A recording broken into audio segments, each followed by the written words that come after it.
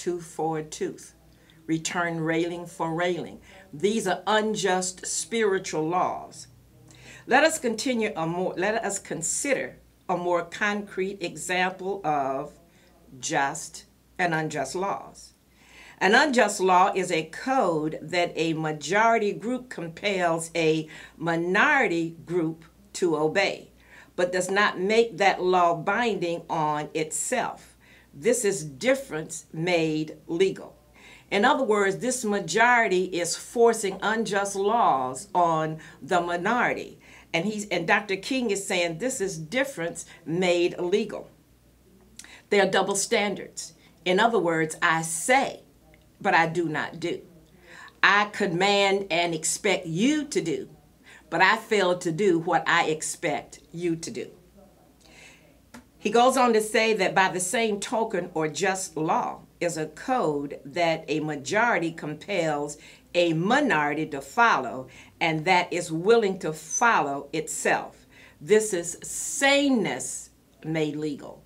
In other words, to coin the phrase of the apostle, that you follow me as I follow Christ, that we do not become lords over the people of God, that we don't drive them, that we don't force them, but we lead them into the kingdom. And as a leader follows Christ, then we should expect the people to follow us.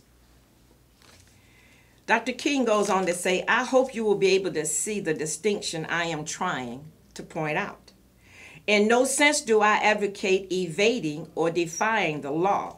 That would lead to anarchy or disorder.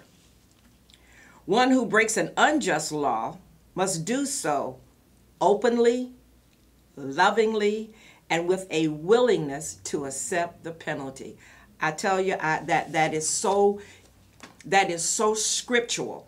He's saying that if we're going to break an unjust law, that we don't do this thing undercover, slide, we just boldly stand up. I'm not going to do that. It's openly. But we do it in the spirit of love. We don't have to be loud. We don't have to use profanity. We just in the spirit of love, with the understanding that there is a penalty that we will accept. And I'm often mindful of Daniel. When the governors and the presidents and the satraps came up against Daniel, the only way that they could accuse him was with his relationship with God. I am so mindful of the fact that Daniel's relationship with the Lord was so personal and so intimate that he walked so close to the Lord that those that are around him, the only way that they could accuse him was his relationship with the Lord, because he prayed 3 times a day. And sometimes when you get the opportunity, read the 6th chapter of Daniel. We hear just a little bit of part sometimes on Sunday mornings about Daniel in the lion's den. But before Daniel got to the lion's den, I am impressed with his life, because after the decree went out and it was told that anyone that prayed to any image other than that of Nebuchadnezzar, that they would end up being thrown into the lion's den. And the scripture says that even knowing the penalty that Daniel did, as he did aforetimes, he went into his chambers, opened up the windows, and he prayed to his God. Now, I understand that that's boldness, but you know what? If you're anointed, you have it in you. The very spirit that raised Christ from the dead is in his people.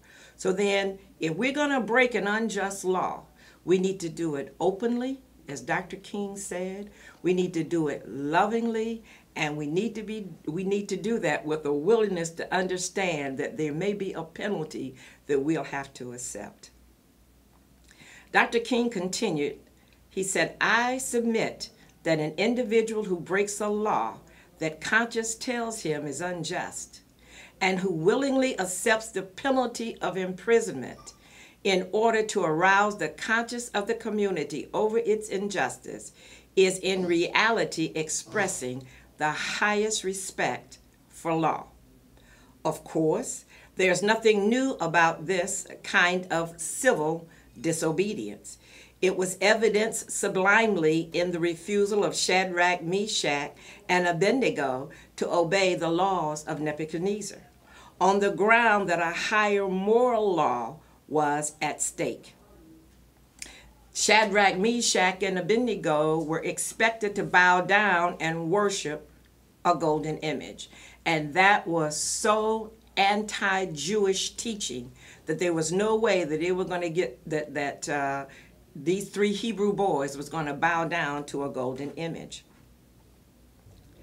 Dr. King goes on and continues with, it was practiced superbly by the early Christians who were willing to face hungry lions and the excruciating pain of the chopping blocks rather than submit to certain unjust laws of the Roman Empire. We should never forget that everything Adolf Hitler did in Germany was legal. He said it was legal to aid and comfort a Jew in Hitler's, it was illegal to aid and comfort a Jew in Hitler's Germany. Even so, I am sure that had I lived in Germany at that time, Dr. King says, I would have aided and comforted my Jewish brothers. If today I lived in a communist country where certain principles dear to the Christian faith are suppressed, I would openly advocate obeying that country's anti-religious laws. I know that I'm not the only one who realized that there's such an anti-Christ spirit that has permeated the American culture. And so what Dr. King is saying, break the groupthink mentality. When you see wrong, stand up, understanding that we do it in the spirit of love, with the possibilities of some type of penalty for standing up. But God have left us in charge to guard his word and to guard his truth. If truth don't come from you, the ecclesia, and if it does not come from me, who can we rely on to guard God's truth and to speak up against anti-religious or anti-Christ spirit? Dr. King made a very, very profound statement after that and said, shallow understanding from people of goodwill is more frustrating than absolute misunderstanding from people of ill will. Lukewarm acceptance is more bewildering than outright rejection.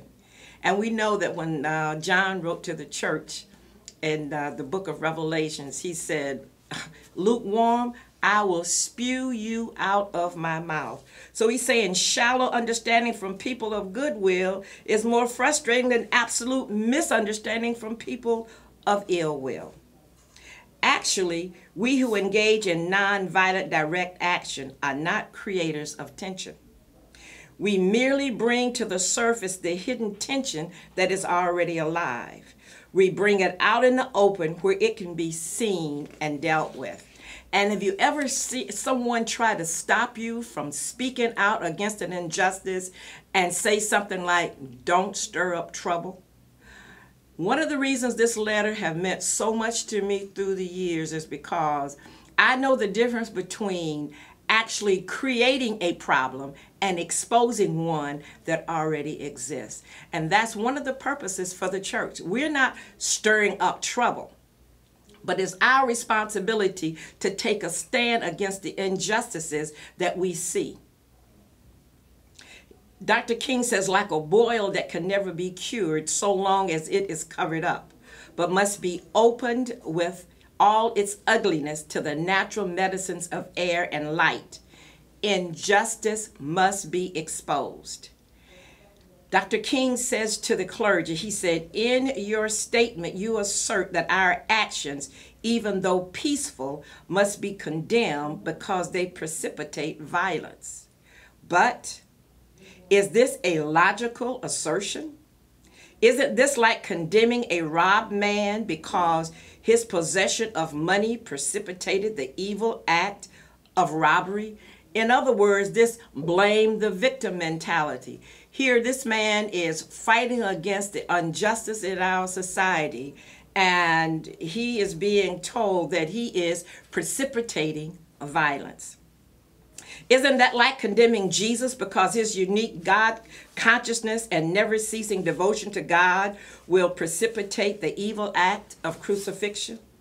We must come to see that, as the federal courts have constantly affirmed, it is wrong to urge an individual to cease his efforts to gain basic constitutional rights because the quest may precipitate violence. Society must protect the robbed and punish the robber. I had also hoped that the white moderate would reject the myth concerning time in relationship to the struggle for freedom.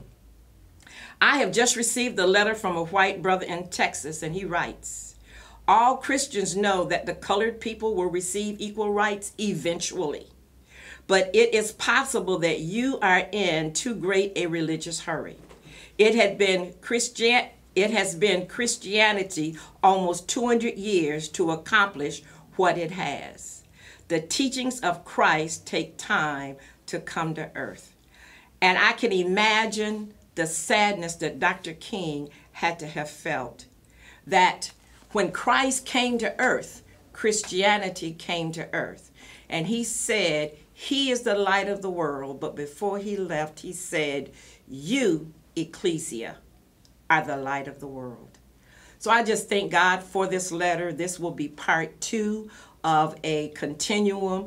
And I get really excited. I get into it because it's so important. It's like the mood of the time that we're in now, that a change and a shift has taken place in the spirit, and the ecclesia needs to be a part of that change and that shift. God bless you richly. I thank you for tuning in today. I do ask that you write me. My email information should be on the screen. If you would so desire to support this ministry, it would be appreciated.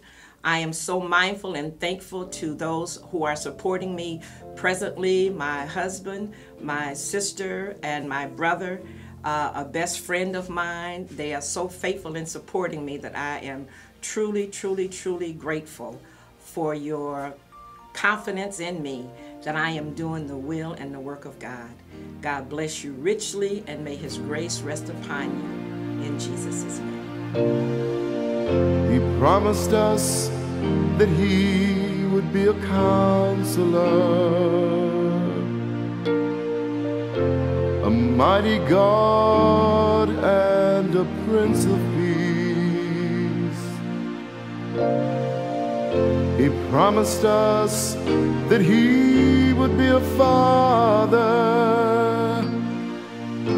and would love us with a love that would not cease. I tried him and I found his promises are true. He's everything he said that he would be. The finest words I know could not begin to tell just what Jesus means to me. For he's more wonderful than my mind can conceive, more wonderful than my heart can believe. He goes beyond my highest hopes and fondest dreams.